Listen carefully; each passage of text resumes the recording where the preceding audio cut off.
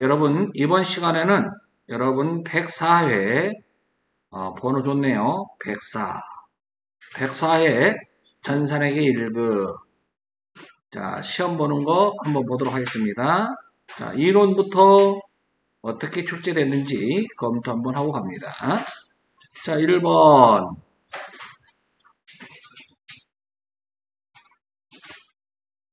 다음 중 기말 재고 자산의 단가 결정 방법이 아닌 것은 그랬어요.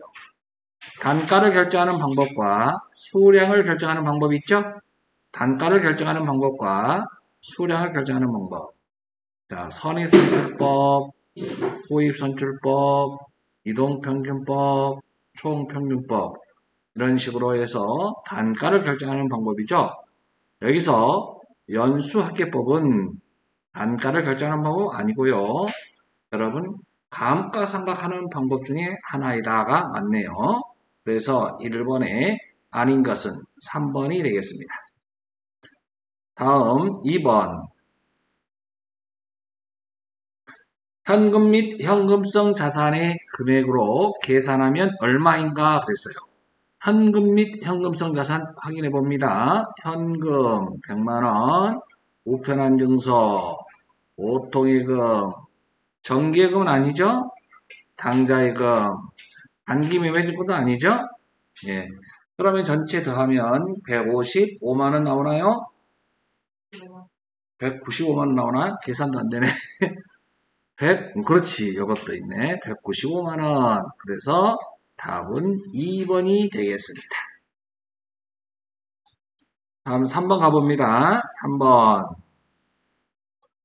다음 중 유형자산 취득 후에 지출과 관련하여 성격이 다른 것은 지출한 후에 자본적 지출이냐 수익적 지출이냐 이런 것을 묻고 있는 건데요. 건물의 엘리베이터 설치, 이것은 자본적 지출, 돈이 많이 들겠죠. 자, 건물 외 도색, 이것은 페인트 칠하는 건데요.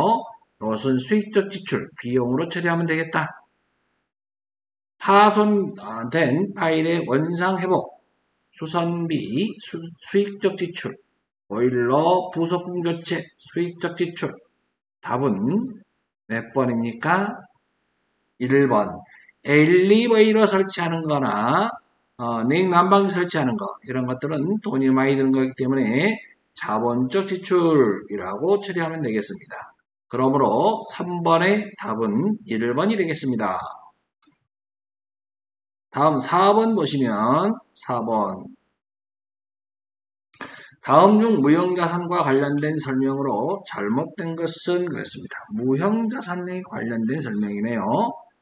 자, 내부 창출된 무형자산의 인식 기준이 부합하는지 평가하기 위한 연구 단계와 개발 단계로 구분한다.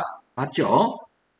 연구 단계는 전부 다 비용으로 처리하고 개발 단계에서도 여러분 성공했을 때 그때 무형자산인 개발비로 처리한다. 실패했다 그러면 전부가 다 연구개발비라 그래가지고 전부 다 이것도 비용으로 처리하죠. 연구개발비가 아니라 이것은 경상개발비가 더 맞겠다. 경상개발비를 실패한다. 그래서 비용으로 처리한다.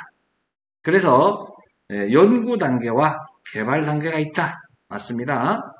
산업재산권, 저작권, 개발비 등이 대표적이며 사업 결합에서 발생하는 영업권을 포함하지 않는다 그랬는데 영업권도 무형자산이죠. 권리금이죠. 영업권. 그래서 잘못된 것은 그랬으니까 2번이 틀렸습니다.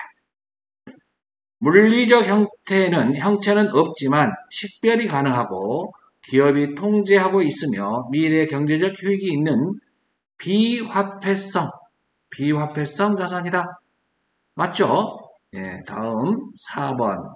내부 프로젝트를 연구 단계와 개발 단계로 구분할 수 없는 경우에는 모두 연구 단계에서 발생한 것을 봐서 비용으로 처리하면 됩니다.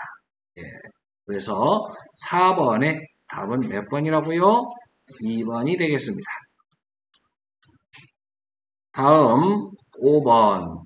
다음 중 유형 자산의 취득 원가 및 평가에 대한 설명으로 옳지 않는 것은 그랬습니다.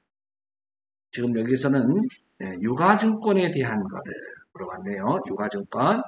단기 매매증권은 공정가치로 평가한다. 맞죠? 공정가치로 평가해서 단기 매매증권 평가이익, 단기 매매증권 평가 손실, 그래서 수익과 비용으로 처리해서 단기 손익으로 인식한다. 맞습니다. 매도 가능 증권 조심하라 했죠. 매도 가능 증권은 시장성이 있는 경우 공정가치로 평가하고 여기까지 맞아요. 단기 손익으로 처리한다? 아니라니까요. 그래서 조심하라고요. 이것은 자본으로 처리하라 그랬어요. 자본. 다음 틀린 것은 2번이 됐습니다. 단기 매매증권의 취득 부대 비용은 발생 즉시 비용으로 처리한다. 여기서 비용으로 처리한다. 이게 영업의 비용으로 처리한다라고 알고 있어야 돼요. 영업의 비용. 코드 번호는 900번대로 되어 있는 걸로 써야 돼요. 영업의 비용의 이름은 수수료 비용. 이렇게 별도로 비용 처리한다 그랬어요. 만기 보유증권의 취득 부대 비용은 취득 원가에 가산한다. 원칙은 취득 원가에 가산한 게 다 맞아요.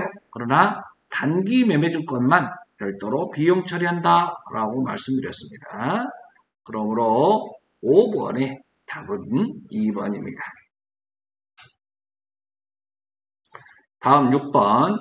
다음 중 자기 주식 거래와 관련하여 자본 항목의 성격이 올바르게 짝져진 것은 자본 항목이라고 했어요. 자기 주식 처분이익, 자기 주식 처분이익은 다 같이 자본잉여금이라고 써놓으세요. 자본거래죠. 자본거래를 통해서 이익 난 거. 주감자, 감자 차익, 이것도 자본잉여금이죠. 그 다음에 반대말은 자본조정이죠. 자기 주식 처분 손실, 이것은 자본조정이라고요. 올바르게 짜지는 거 찾으라는데 감자차손, 여기 자본조정 맞네요. 그래서 6번의 답은 4번이 되겠습니다. 다음 7번.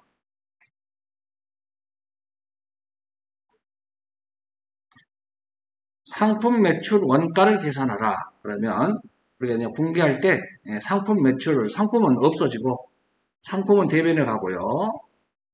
그리고 팔린 것만큼은 비용화 시킨다. 그게 바로 상품 매출 원가가 되는 거죠. 차변의 상품 매출 원가, 대변엔 상품. 팔린 것만큼 상품이 없어지면서 비용화 된다. 이 비용의 이름은 상품 매출 원가다. 그런데 우리가 이제 금액을 구하는 게 중요한데 매출 원가 구하는 공식은 기초에다가 단기 순매입액을 더하죠. 단기 순매입액.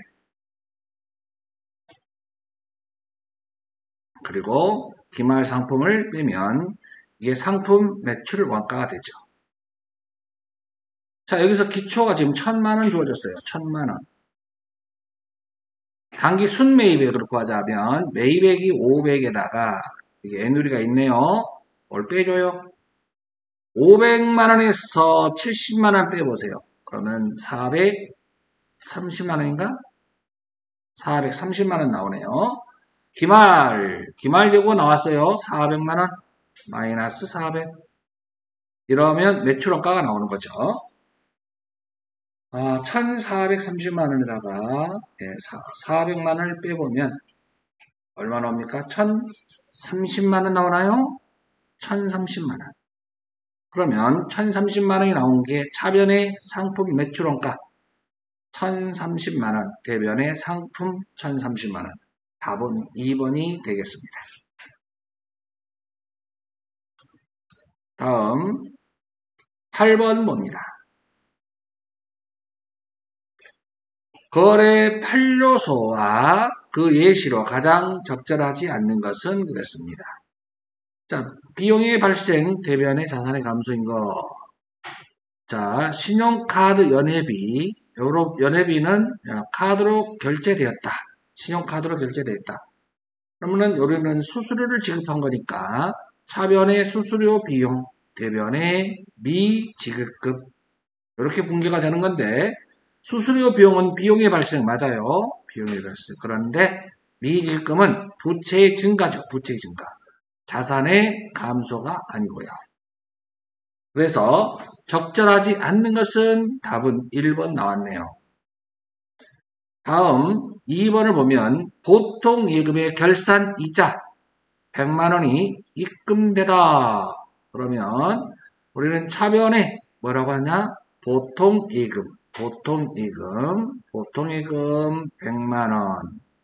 대변에 이자 수익 100만 원. 이렇게 분개를 하면 되겠죠. 자산의 증가 맞고요. 수익의 발생 맞네요. 그래서 2번은 맞고요. 3번. 원재료를 예상으로 매입했다라는 분개를 해본다면 차변의 원재료 금액은 빼볼게요. 대변의 외상 매입금 차변의 원재료는 자산의 증가 대변의 외상 매입금은 부채의 증가 그러므로 3번도 맞다. 4번은 외상 매입금을 신용카드로 결제하였다. 차변의 외상 매입금 부채 감소 외상 매입금 대변의 미지급금 자 부채 감소 차변이고 미지급금이라는 부채 증가 대변입니다. 그러므로 8번이 적절하지 않는 것은 1번이 되겠습니다. 다음 9번 제조 원가 명세서에서 확인할 수 없는 것은 그랬습니다. 이렇게 해서 여러분들이 제공품 계정을 펼쳐보는 것이 바로 제조 원가 명세서라고 했어요. 공장에서 자 기초 제공품, 기말 제공품, 그 다음에 직접 재료비, 직접 노무비, 제조 간접비, 그 다음에 완성된 것을 제품, 완성된 걸 알았죠. 그래서 만들고 난 이후가 제품인데 제품 창고에 기초 제품과 기말 제품과 그 다음에 매출 원가가 나온다면 이게 바로 답이다라고 말씀드렸습니다. 제조 원가 명세서와 관련이 없는 것은 기초 제품, 기말 제품, 매출 원가 그러니까 만들고 난 이후의 문제다 이런 얘기예요. 그래서 답을 곧바로 찾을 수 있죠. 그래서 답은 기말 제품이 답이죠. 여기 나온 거죠. 만들고 난 이후 문제 아닙니까? 그래서 9번의 답은 4번이 되겠습니다. 다음 10번. 다음 원가의 분류 방법과 종류가 잘못 짝져진 것은 그랬습니다. 원가의 형태에 따른 분류. 그러면 원가의 형태는 변동비와 고정비로 구분한다. 맞고요. 통제 가능성. 그러면 통제 가능과 통제 불가능, 통제 불능 원가, 통제 가능 원가와 통제 불능 원가로 구분한다. 그래서 10번에 2번이 틀렸어요. 추적 가능성에 따라 직접 원가와 간접 원가로 구분한다. 맞고요. 의사 결정과 관련성이 있냐 없냐에 따라서 관련이 있으면 관련 원가, 관련이 없으면 매몰 원가. 이것도 맞는 문제가 되겠습니다. 그러므로 10번의 답은 2번이 되겠습니다. 다음 11번. 기초 원가와 가공 원가에 대해서 옳은 것은 그랬어요. 자, 기초 원가는 직접 재료비와 직접 노후비, 직접 재료비와 직접 노후비를 바로 기초 원가라 했어요. 직접 재료비와 직접 노후비. 이게 바로 기초 원가라 했어요. 기초 원가를 다른 말로 기본 원가라고 했습니다. 다음 가공 원가라고 하는 것은 가공 원가는 자 직접 노무비 플러스 제조 간접비라고 했어요. 자 그러면 여러분 기본 원가는 요 두 개 더하면 30만 원 나옵니다. 30만 원. 그 다음에 가공원가는 자, 요 가공원가라고 다 더한 게 여러분 제조간접비 아닙니까? 제조간접비. 자, 제조간접비는 다 더하면 20만원. 제조간접비가 20만원 나오네. 직접 농업비는 여기 나왔네요. 20만원. 직접 농업비 20만원. 그 다음에 제조간접비 20만원. 그러면 요걸 더하면 가공원가는 40만원. 가공원가는 40만원. 그 다음에 직접 원가는 30만원. 답은 3번이 되겠습니다. 다음 12번. 제조간접비 예정 배부율은 예정 배부율이 주어졌어요. 80원. 실제 작업시간이 5만 시간. 제조간접비 배부 차이, 과대 배부 차이가 나왔어요. 그랬을 때 실제 발생액은 여러분 제조간접비를 T자로 한번 그려봅시다. 제조간접비. 실제 발생액은 차변, 예정 배부액은 대변. 그런데 실제 지금 배부 발생액이 얼마인지를 몰라요. 이걸 구하는 거예요. 과대 배부가 나왔어요. 과대. 얼마? 13만원. 과대 배부. 예정이 실제보다 많다는 거죠. 자, 예정은 얼마인가? 그러면 예정은 구해야 되는데, 예정 배부율 곱하기 실제 작업시간. 예정 배부율은 80원. 실제 작업시간 5만 시간. 그러면 곱해보세요. 얼마 나옵니까? 예정 배부액은 5, 6, 7, 400만원. 400만원이 예정 배부액이에요. 그런데 예정 배부가 더 많다는 거 아니에요. 실제보다도 얼마만큼? 13만원만큼 많대요. 그러면 실제는 400만원에서 13만원을 뺀 금액인가요? 그러면 387만원. 답은 2번이 되겠습니다.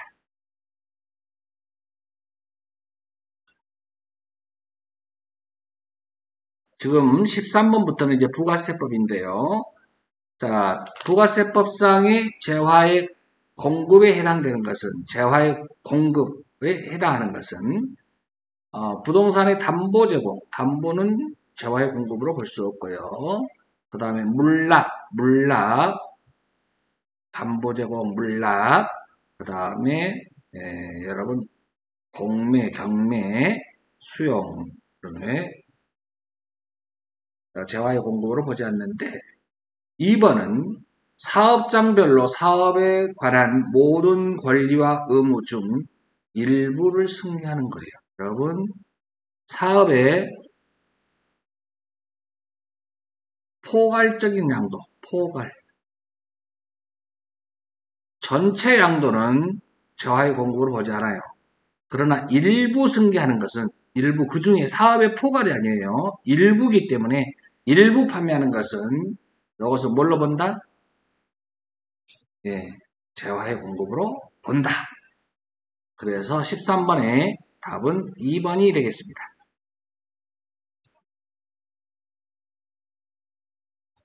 다음 14번. 과세 표준에 포함하는 것은 그렇습니다. 과세 표준에 포함하는 것. 공급에 대한 대가의 지급이 지체되었음을 이유로 받는 연체이자. 연체이자는 과세 표준에 포함하지 않는다. 단, 할부 판매이자, 할부이자는 과세 표준에 포함한다. 할부이자는 과세 표준에 포함한다. 매출 애누리, 매출 환입, 매출 할인은 과세 표준에 포함하지 않는다. 빼는 거니까요. 포함하지 않는다. 포함하는 것을 물어봤으니까 포함하지 않는다. 연체이자는 과세 표준에 포함하지 않는다. 이거 맞죠? 그러니까. 근데 포함하는 걸 찾으라 그랬으니까요. 수입하는 재화. 수입하는 재화. 관세 가격과 관세, 개별수업세, 주세, 교육세, 이에 따른 건 전체 다 포함하는 거죠. 수입하는 것은. 그래서 과세 표준에 포함하는 것은 3번입니다. 공급받는 자에게 도달하기 전, 갖다 주기 전에 파손됐어요. 포함하지 않는다. 과세 표준에 포함하지 않는다. 맞는 거예요. 여기서는 과세 표준에 포함하지 않는다. 포함하는 것 그랬으니까 여기서는 포함하지 않아요. 예, 그래서 여기 14번의 답은 일단 몇 번이라고 봐야 된다? 3번이라고 봐야 한다. 다음 15번 가볼게요.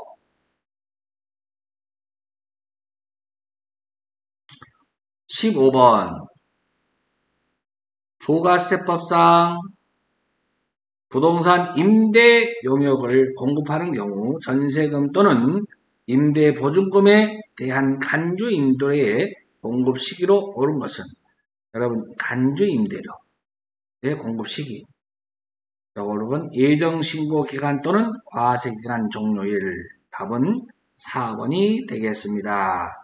여러분 이론이 끝났고요. 예, 이제 실습 문제는 여러분 프로그램 없이 설명만 하도록 하겠습니다. 프로그램이 없으니까요.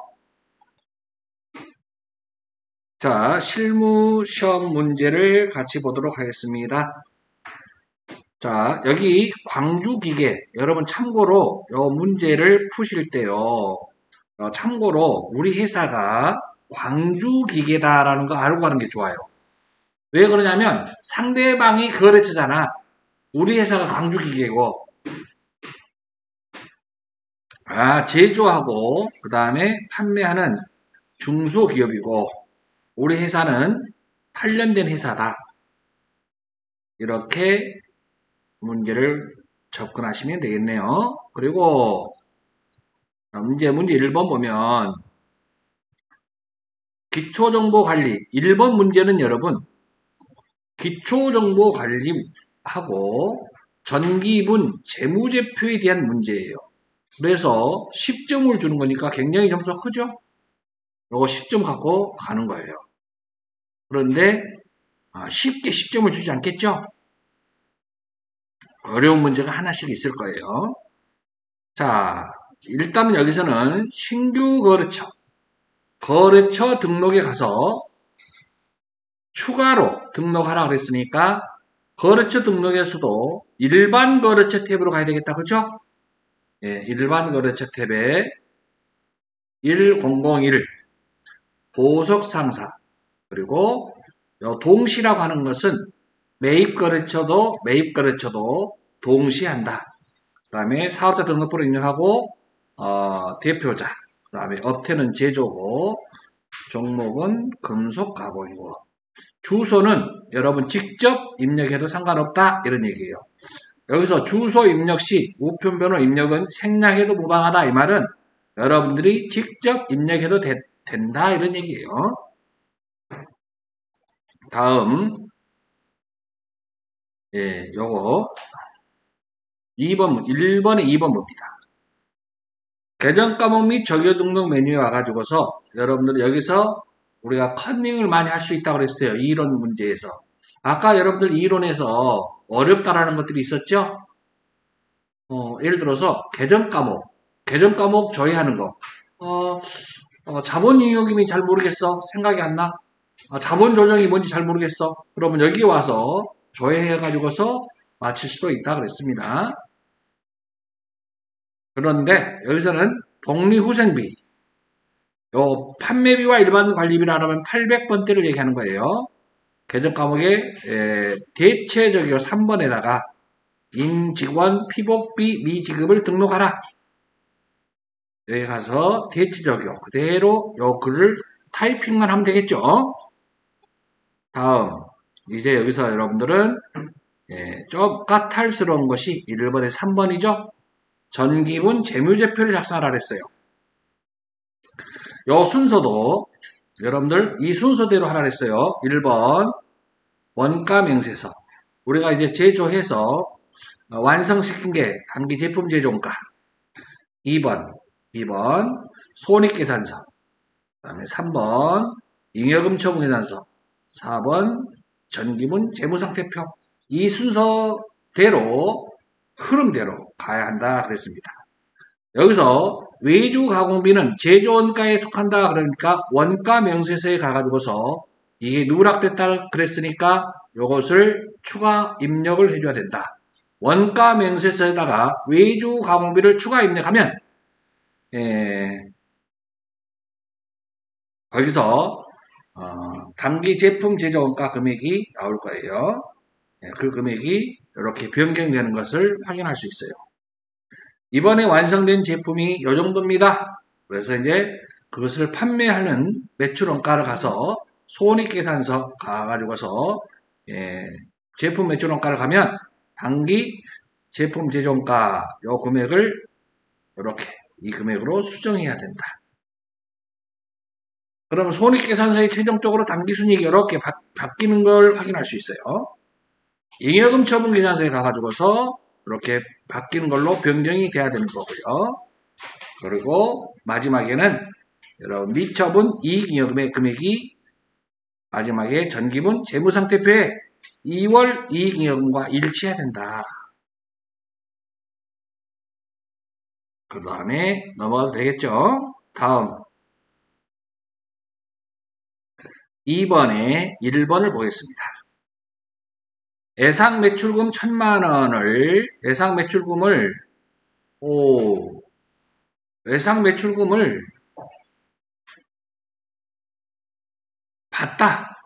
받았다는 거죠. 회수했다. 그럼 뭘로 받았다? 서창상사가 보유하고 있던 어음을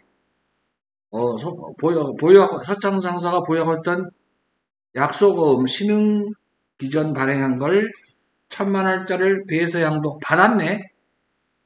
내가 받았지요? 서창상사의 예상값을 내가 받았어요. 오늘. 근데 어음으로 받았어요. 차변에 받을 어음인데 거래처도 신흥 기존 반드시 거래처를 걸어줘야 돼요. 예상 매출금 여기서는 서창상사 거예요. 여기에 서창상사 예상 매출금이 서창상사 거고 어음은 신흥 기존 거, 요 거래처에 주의해야 돼요. 차변에 받을 어음, 대변에 예상 매출금 이렇게요. 다음 2번 가볼게요. 지난달 근로소득 지급액에 대한 원천징수세. 여러분 근로소득에 대한 월급을 지급하면서 차변의 급여, 대변에 세금 떼어서 보관하고 있는 거 예수금 이렇게 해서 22만원 중 20만원은 보통예금으로 납부했다. 그리고 나머지는 현금으로 납부했다. 22만원은 보통예금으로 납부했고 그러니까 예수금이라는 것이 이게 부채인데 대변에 있던 건데 오늘 이걸 납부했으니까 차변의 부채의 감소가 되는 거죠. 부채의 감소 예수금 22만원 그리고 20만원은 보통예금으로 납부했다. 대변의 보통예금 20만원은 나머지는 현금으로 납부했다. 그래서 현금 2만원. 지난 월급 주면서 22만원을 예수금으로 띄어놨다는 거 부채의 증가였어요. 이때는. 근데 이게 언제 소멸된다? 납부하면 이렇게 부채의 감소 차변에 오게 됩니다. 다음은 3번 보도록 합니다. 3번 창고에 보관 중인 제품 동그라미 제품이 화재로 인하여 소실되었다. 화재보험에 가입되어 있지 않던 전체 금액에 대해서는 일단은 재해 손실로 떨어버립니다. 다 같이 무슨 손실? 재해 손실이라는 비용의 발생입니다. 비용의 발생. 대변에 제품 매출 그러면 틀리고요. 제품이라고 여기다가 반드시 원가로 써줘야 됩니다. 원가. 만약에 시가가 있다면 원가의 금액으로 써라. 그리고 적용 반드시 몇 번 거래한다? 8번 타 계정으로 대체해줘야 된다. 왜 그래야 된다? 이게 매출원가에서 차감돼야 되기 때문에 그런다. 매출원가에 포함되면 안 되기 때문에 매출원가에서 차감시켜야 되기 때문에 그런다. 매출원가에 포함되면 안 된다. 가만 놔두면 제품이 없어지니까 매출원가에 팔린 걸로 봐갖고 매출원가에 포함될 수 있어요. 다음은 4번 가봅니다. 상록에 판매한 제품을 화물차로 발송하면서 운임비 25만원을 현금으로 지급하였다. 제품을 화물차로 발송하면서 여러분 제품을 매출하면서 매입할 때 운임은 해당 자산에 포함한다. 매출할 때에는 운반비라고 비용으로 처리합니다. 차변의 운반비 25만원, 대변의 현금 25만원. 매입할 때는 해당 자산에 포함하지만 매출할 때에는 운반비라고 비용으로 처리한다는 점 아시겠습니까? 네네. 다음 5번 가봅니다. 자, 보유하고 있던 자기 주식. 우리 회사가 발행했던 주식을 다시 사와서 보관하고 있다면 그것을 자기 주식이라 해요.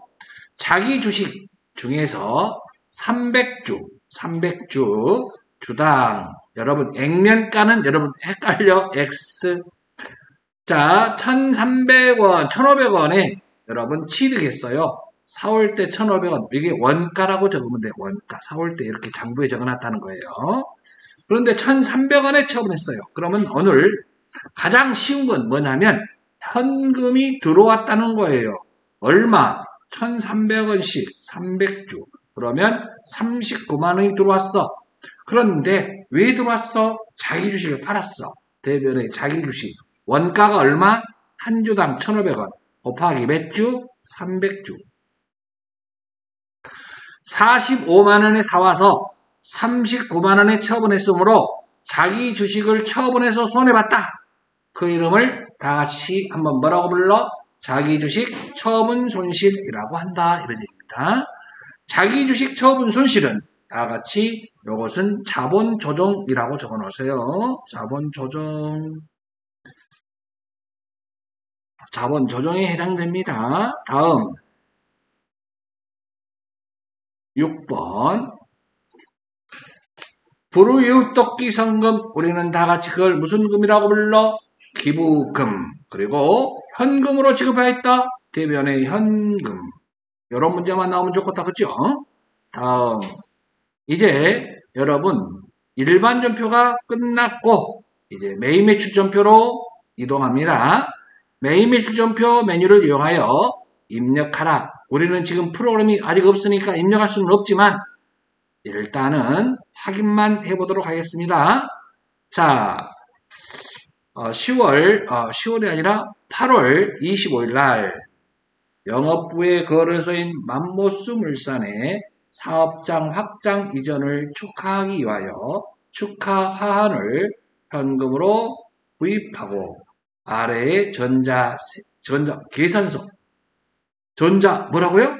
계산서 동그라미 화환 동그라미 눈이 번쩍번쩍 뭘로 해야 됩니까? 면세로 해야 된다는 거 확인할 수 있어요. 그걸 현금으로 지급했다. 다 같이 면세라고 적어놓으세요. 면세. 그러면요. 다 같이 면세 53번 면세고요.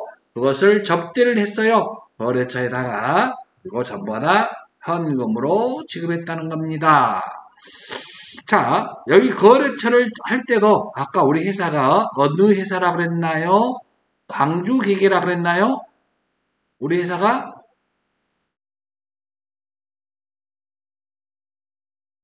거래처는 남동 꽃도매 시장이 된다 이런 얘기입니다. 다음 이제 2번 가보도록 합니다. 2번 공장 부지로 사용할 토지. 여러분 여기 딱 나오면 공장 부지로 사용할 토지 나오면 토지의 자본적 지출 불공이라는 거 생각납니까? 토지의 자본적 지출 수수료를 지급했다고 하더라도 수수료를 지급하면서 부가세를 지급했다 할지라도 이 부가세를 돌려받지 못한다. 불공제. 그것을 이름하여 여러분 불공. 토지의 자본적 지출. 이 가격은 전부가 다 토지에 포함시키는 거죠. 예, 토지의 자본적 지출 불공으로 하고요. 여기다가 자동으로 여기가 부가세 대급금, 부가세 대급금이라고 표시가 된다 안 된다? 빵원으로 표시돼요. 그 부가세 대급금까지 부가세까지 포함해서 550만 원 토지가격에 들어온다고요. 그리고 대변의 전부가 다 현금이 아니라 보통예금으로 지급하였다. 자, 이것은 세금 계산서를 발급받았다 할지라도 공제받지 못한다. 그것이 불공이었습니다. 다음 11월 15일 최종 소비자인 누구에게? 이영수 씨에게 제품을 현금으로 판매하고 현금 영수증 현금에 동그라미 현금 과세 제품을 매출하고 전부가 다 돈을 뭘로 받았다? 현금으로 받았다. 유형이 중요하죠. 현금 과세. 자, 전부 다 현금으로 받았고요. 96만 8천 원이 현금 들어왔고요. 거기에 여러분 부가세 예수금은 8만 8천 원 그리고 제품 매출 이렇게 하시면 되겠습니다. 이때는 현금이라고 하는 것이 편리하죠. 11월 15일 날 문제가 현금 과세였습니다. 다음 매번 말씀드리지만 안 나올 때가 없어요.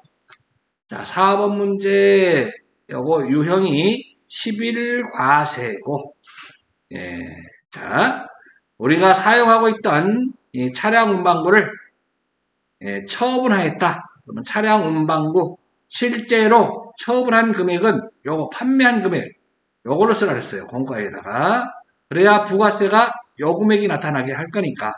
상단을 입력하는 이유는 부가세를 결정하기 위해서 상단을 입력한다고 누차 말씀드렸습니다. 그래서 부가세가 결정되고 하단에 분개를 할 건데 부가세가 위에서 결정돼서 넘어온 거예요. 첫 번째, 차량 운반구를 취득 원가를 갖다 쓰라고 5천만 원. 그리고 두 번째, 감가상각 누계액을 갖다 써라 3,500만 원. 세 번째, 내가 돈 얼마 받아야 돼? 돈 받는 방법, 얼마에 팔았느냐가 중요하죠. 1,250만 원에 팔았으면 나는 부가세까지 1,375만 원을 받아야 되네. 부가세까지 포함해서 돈을 받아야 하는데 전부 다 보통예금 계좌로 받았으니까 보통예금 1,375만 원. 여기서 보통예금 1,375만 원을 쓸 수 있어야 되는 거야. 여기서. 그래서 이제 내가 할 거 다 했어. 빵꾸가 무슨 변 해놨어요? 차변. 그러면 이게 바로 네 번째 유형자산 처분 손실이다. 만약에 대변에 빵꾸가 났더라. 그러면 이것이 바로 유형자산 처분 이익이 된다. 이렇게 보시면 되겠습니다. 자, 그래서 4번까지 해봤고요. 5번 문제 가볼게요. 자, 임대인 하우스랜드로부터 생산부에 11월분 임차료 250만 원에 대하여 전자세금전서를 발급받았다. 임차료. 집세를 지급하면서 세금 계산서를 발급받았다. 그러니까 임차료에 대해서는 집세에 대해서는 부가세가 붙어요. 월세에 대해서는. 자, 그러면 우리 회사가 광주기계고 하우스랜드. 자, 여기서는 다 같이 유형이 뭐예요? 10일이 아니라 50일 과세가 되겠다. 그쵸? 50일 과세. 그리고 50일 과세고 공급가액에 2,250만 원, 부가세는 25만 원. 그러면 자, 차변에 임차료 250만 원, 부가세는 상단에 결정돼서 이렇게 자동으로 넘어온다 그랬어요. 그래서 이걸 두 개를 다 예상 미수금이라고 되어 있는데 이것을 우리는 뭐라 한다? 미지급금이라고 해야 합니다. 그래서 여기서는 50일 과세가 되겠습니다. 다음 6번 문제 봅니다. 6번. 다음은 자 구매 확인서 나왔다. 구매 확인서. 구매 확인서, 내고 시정장, 영세율세금 계산서 이런 말이 나오면 로컬 레시 이런 건 전부가 다 구매 확인서. 여러분 이것을 납품하고 그랬으니까 매출과 관련되잖아. 12영세가 되겠습니다. 제품을 공급 대가가 1,100만원이죠. 1,100만원 부가세는 안 나타날 거고 거래처가 아카디 상사가 되겠습니다. 자, 제품 매출하고요. 차별의 외상 매출금 얼마입니까? 외상 매출금은 700만원 맞나요? 외상 매출금은 얼마라고요? 700만원이고 나머지는 어음을 받았다, 받을 어음이라고 쓸 수 있나 꼭 해야 돼요. 어음을 받았다고 해서 무조건 받을 어음 아니에요. 여기서는 판매 목적인 제품 매출을 했기 때문에 받을 어음 쓸 수가 있는 거예요.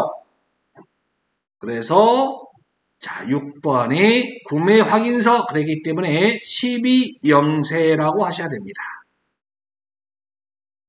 자 이제는 문제 4번은 오류 수정하는 문제입니다.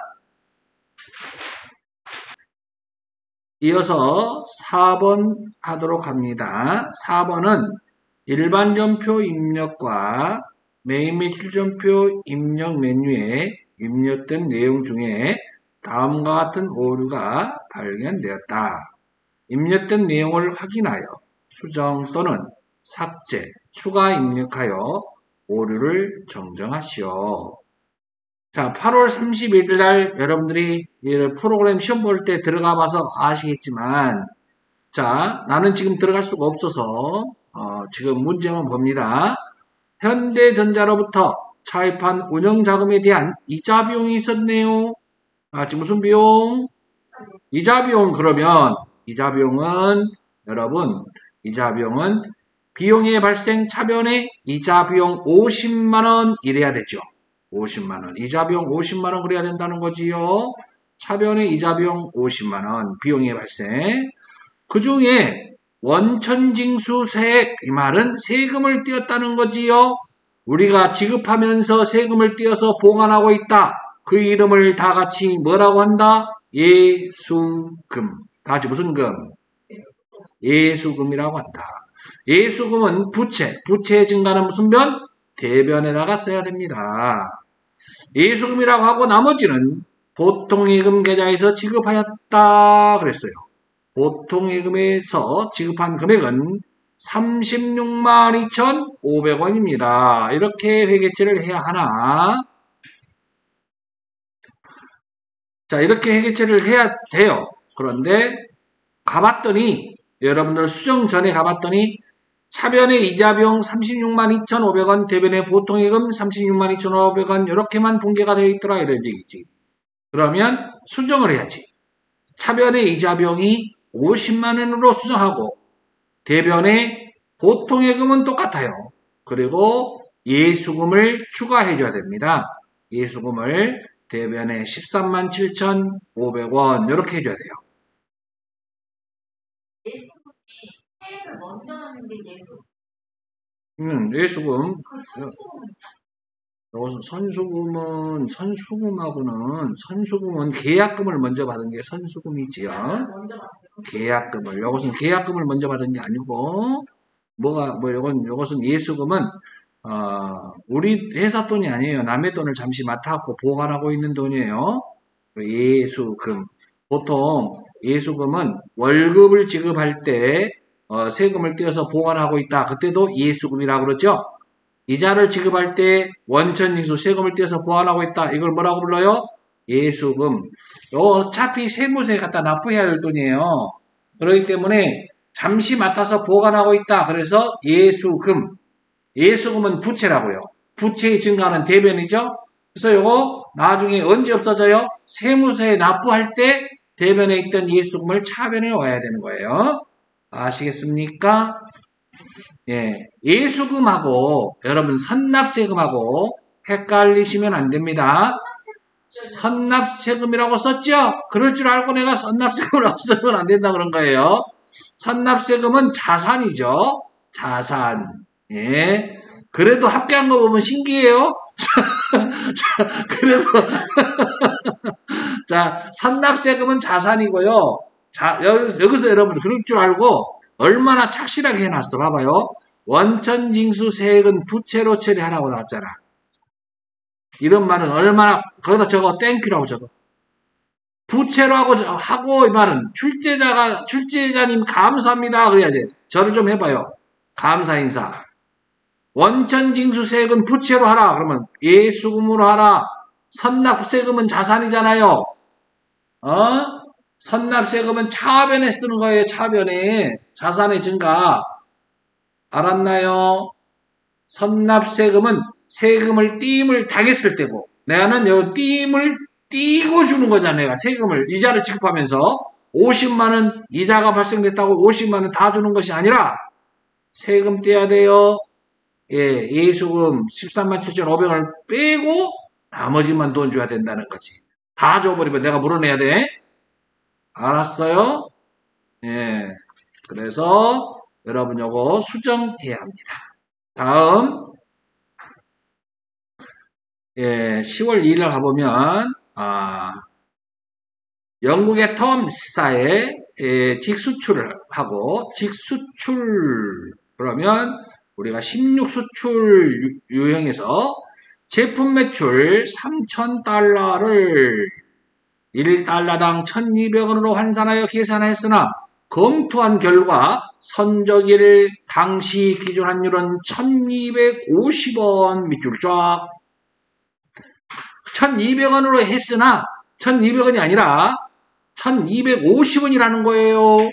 그러면 3,000달러 곱하기 1,250원 하면 얼마 나와 계산해봐.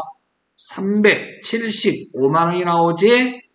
공급가액에다가 매입 매출전표 가가지고서 공급가액을 375만원으로만 고치면 이거 다 고쳐지겠는데? 그러면 차변에 예산매출이면 375만원, 대별의 제품별 375만원 이렇게 나오죠? 맞죠? 금액만, 요것만 고쳐주면 돼. 375만원만. 근데 이거 환율 그 얘기인 줄 알고 문자를 잘못 예, 그래도 합격한 거 보면 신기해요. 예, 다음 문제 5번 봅니다.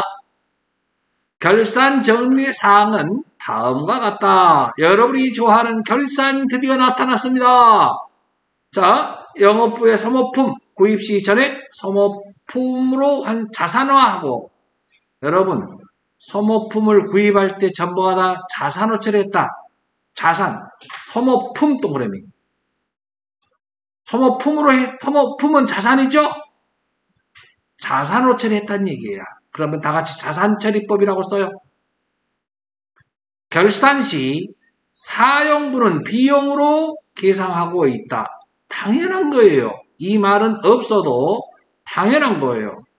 지금 소모품으로 다 했는데 12월 31일 날 사용한 거에 대해서는 소모품비라고 비용 처리하라. 그런 말 없어도 당연히 우리가 비용 처리할 건데 이런 말 때문에 더 헷갈려서 틀린 사람도 있어. 그지?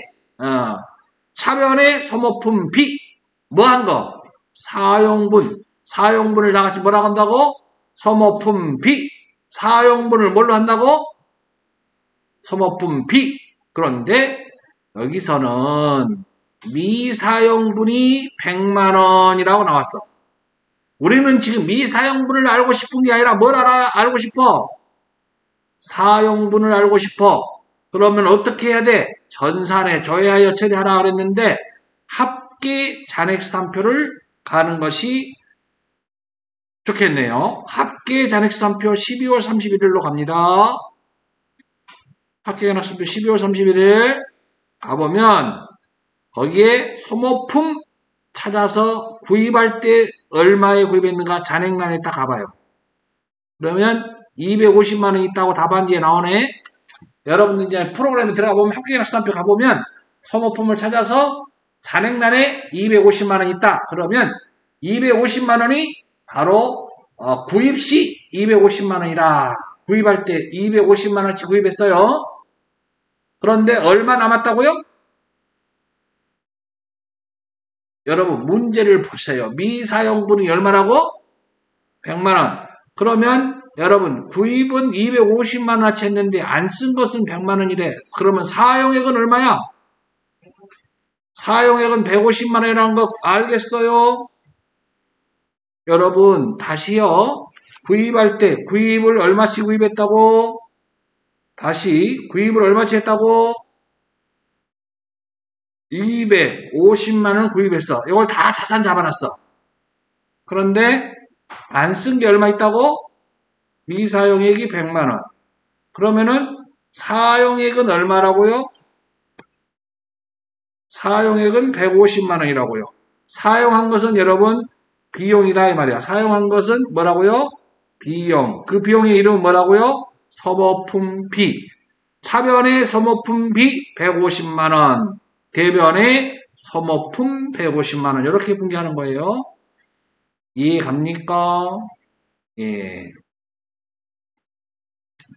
다음 2번 문제 봅니다. 실제 현금 보유액이 장부상 현금보다 많아서 현금 많아서 그러면 차변의 현금, 대변의 현금 과부족 그래가지고서 여러분들이 12월 31일 날 또는 여러분 12월 11일 날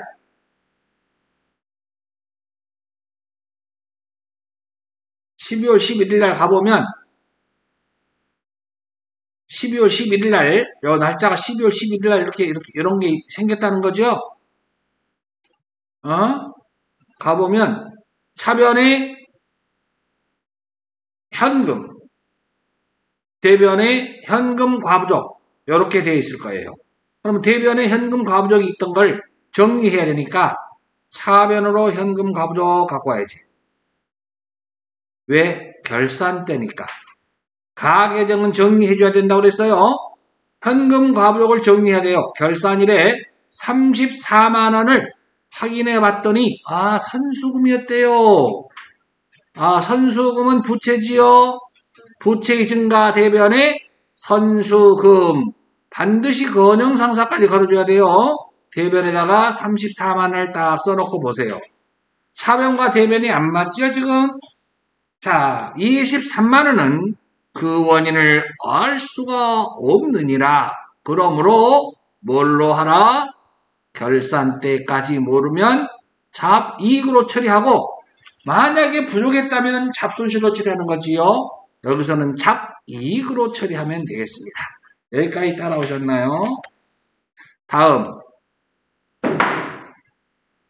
자, 여러분 3번 문제. 이번에 출제자가 여러분들을 위해서 아주 충실하게 다 이렇게 해놨는데 오히려 더 헷갈렸던 것 같아요. 네, 아주 충실하게 여러분 보세요. 기업에게 기준에 의해서 퇴직급여 충당부채를 설정하고 있다. 퇴직급여 충당부채와 관련하여 자료는 다음과 같다. 여러분 지금 추계액이 주어져 있죠? 여러분 추계액이 주어져 있잖아. 그러면 여러분 다 같이 퇴직급여 추계액, 퇴직급여 추계액이라고 써볼까? 추계액에서 뭘 빼요? 퇴직급여 충당부채를 빼주거든요. 그러면 이번에 설정액이 나와요. 근데 설정액이 계산해서 나와 있다니까 여러분. 그러니까 나는 차라리 여러분 있잖아. 출제자가 요거 없었으면 우리 학생들이 많이 맞았을 건데 출제자가 요걸 내놔가지고 더 헷갈리게 해놨다 이런 얘기지. 이게 설정액이 왜 나와 있지? 이게 뭐지? 그랬다는 거지. 자, 관리부부터 보도록 하겠습니다. 관리부가 여러분 3천만 원 있어. 3천만 원. 추계액이 3천만 원이에요. 퇴직급여 충당부채. 여러분 기초가 얼마 있어? 기초가 2,500. 기초가 얼마라고? 2,500. 2,500 있었어. 근데 2,500 있었는데 갖다가 사용한 거 지급한 게 얼마래? 마이너스 800을 해보자. 2,500에서 800 빼봐요. 1,700만 원 나오나요? 맞습니까? 여러분, 3천만 원에서 퇴직급여 추계액 3천만 원에서 지금 우리가 관리부만 보고 있는 거예요. 판매 관리부 3천만 원에서 1,700만 원 퇴직급여 충당부채 1,700만 원을 뺀 금액은 얼마 나와? 이게 1,300만 원이죠? 맞습니까? 1,300만 원이 이렇게 계산해서 나오는 거거든요. 근데 단기 설정액이 1,300만 원 나와 있다니까? 이해 갑니까? 그럼 1,300만 원 가지고 우리가 자동 결산자로 입력해가지고서 퇴직급여 전입액란에다가 입력하고 전표 추가하면 되는 거네요. 그럼 이것은 지금 관리부고 제조부는 500번대 공장 제조부 봅시다. 제조부 생산부 3,500만 원 3,500만 원에서 퇴직급여 충당부채 기초금액이 3천만 원 있었어요. 3천만 원에서 얼마를 빼면 1,000만 원을 빼면 2천만 원 나오나? 그러면 얼마 나와 이게? 2천만 원 빼면 1,500만 원 나오죠? 이렇게. 그러면 자 800번대 공장은 1,300만 원이고 공장 제조 원가는 1,500만 원이에요. 여러분 공장으로 가서 퇴직급여 전입액란에다가 1,500만 원을 입력. 그리고 판매비와 일반 관리비는 1,300만 원을 입력하고 전표 추가. 반드시 전표 추가해줘야 되겠지. 이렇게 하면 요 분기에는 맞는 건데 오히려 단기 설정액을 이렇게 주어주다 보니까 감사해야 되는데 오히려 우리 모두 헷갈렸다. 이렇게 쉽게 나올 리가 있나 그러고 말이에요. 네, 이것은 출제자한테 오히려 감사 인사해야 되는데 그것 때문에 틀리는 경우가 더 많았다라고 보시면 될 것 같습니다. 다음은 조회입니다. 4월에 롯데카드 사용 금액은 얼마인가? 롯데카드 사용 금액? 그런데 계정 과목은 뭘로 되어 있다고? 미지급금으로 계상되어 있다. 미지급금의 동그라미. 카드 대금 결제일은 다음 달 10일이다. 자, 여러분 여기서는 롯데카드에다 동그라미 치고요. 그 다음에 미지급금에다 동그라미 치고요. 거래처 원장을 가는 게 가장 빠르겠지요. 자, 계정 과목은 4월에 이 말은 4월 한 달 동안에 이런 얘기예요. 그러면 4월 1일부터 4월 30일까지 기간을 정하고 계정 과목은 미지급금으로 오셔야 합니다. 미지급금 해가지고 거래처를 다 보지 말고요. 거래처 원장으로 왔으니 롯데카드 거래처로 지정을 해주시면 롯데카드로 올 거고요. 자, 사용한 금액 미지급금으로 계속 잡아놨을 거 아니에요? 미지급금은 부채액 증가는 대변. 그러니까 대변에 있는 금액 월계를 봐야 됩니다.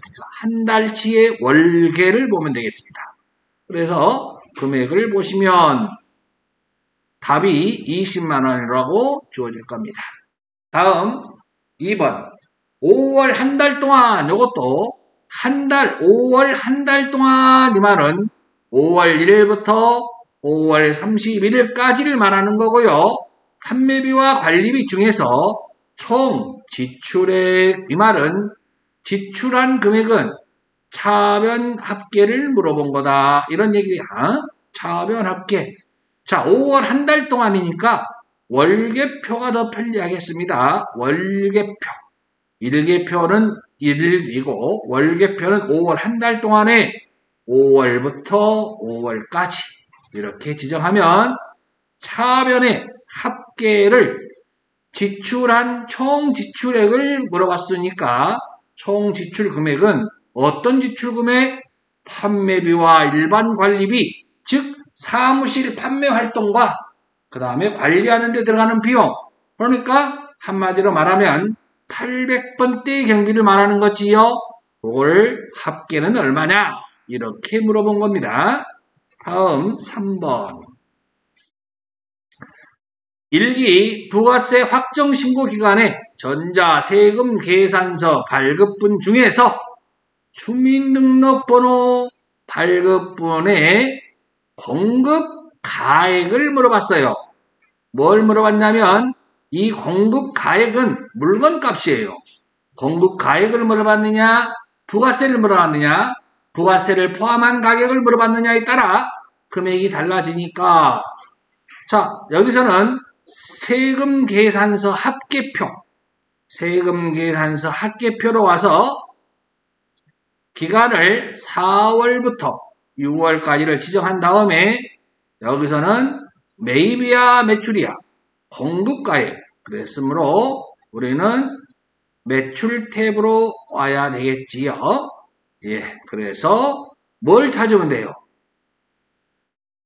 여기서 발급분 중에서 했으니까 매출분 중에서 매출 탭에서 조회를 해서 주민등록번호로 발급한 것 그것을 조회하면 되겠습니다.